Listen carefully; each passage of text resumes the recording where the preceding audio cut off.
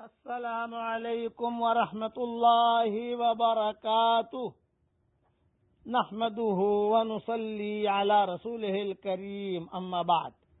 آج کا سبق سن لیجئے۔ آج کے سبق کی سرخی ہے حضور صلی اللہ علیہ وسلم کی سیرت، پارٹ نمبر 79۔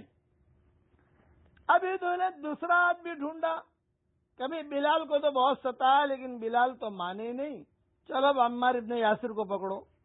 یہ اصل قحطانی تھے اور آپ کے والد یاسر، حضرت عمار کے جو والد تھے یاسر، ان کا ایک بھائی گم ہو گیا تھا، تو یہ ان کے والد اپنے بھائی کو ڈھونڈنے کے لیے مکہ مکرمہ تشریف لائے، اور دو بھائی حارث اور مالک بھی آپ کے ہمراہ تھے۔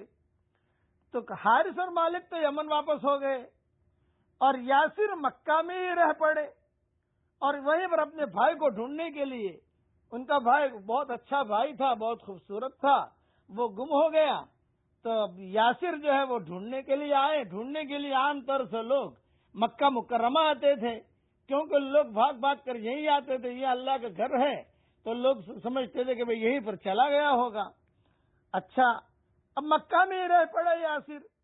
ابو حذیفہ مخزومی سے ان کے تعلقات پیدا ہوئے۔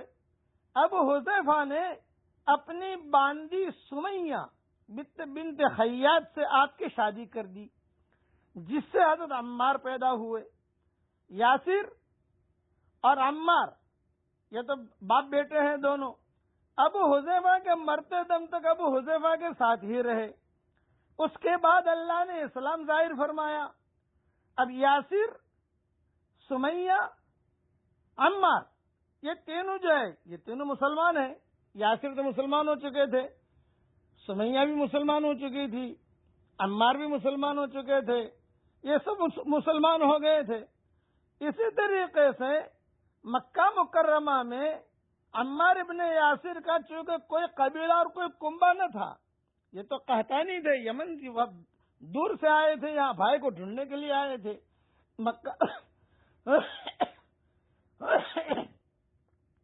مکہ مکرمہ کی تو تھے ہی نہیں، یہ تو بھائی کو ڈھونڈنے کے لیے آئے۔ بھائی ملا نہ ملا وہ بات کی تفصیل ہے، اس کی لمبی تفصیل ہے کہ ان کا بھائی کا کیا ہوا، جنت اٹھا کر لے گئے یا کیا ہوا، یہ کسی وقت اللہ توفیق دے گا تو میں سمجھاؤں گا۔ لیکن یہ کہ ابھی تو حضور صلی اللہ علیہ وسلم کی سیرت کا مضمون ہے، اس لیے میں اسے لے کر چل رہا ہوں۔ وہ یہی ٹھہر گئے، یہی شادی ہو گئی۔ لوگوں نے دیکھا کہ اس کا کوئی کنبہ نہیں ہے، ان کا کوئی حامی اور مددگار نہیں ہے، اس لیے قریش نے ان کو بہت سخت تکلیفیں دی۔ عین دوپہر کے وقت میں تپتی ہوئی زمین پر ان کو لٹاتے اور اس قدر مارتے کہ بے ہوش ہو جاتے، کبھی پانی میں غوطہ دیتے اور کبھی انگاروں پر لٹاتے۔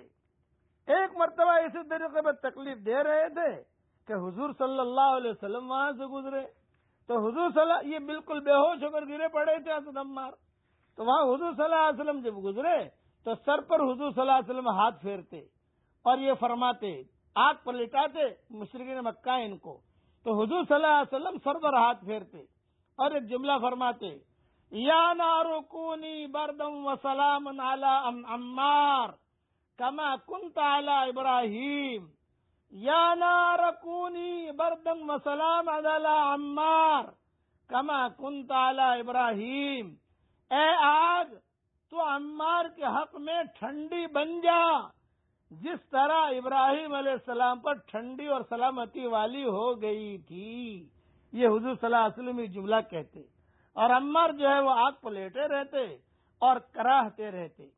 جب حضرت صلی اللہ علیہ وسلم حضرت عمار اور ان کے والد یاسر اور ان کی والدہ سمیہ کو مبتلا مصیبت دیکھتے تھے، فرماتے، اصبروا یا آل یاسر ان موعدکم الجنہ، اصبروا آل یاسر ان موعدکم الجنہ، اے آل یاسر، اے عمار، اے یاسر، اے سمیہ، صبر کرو۔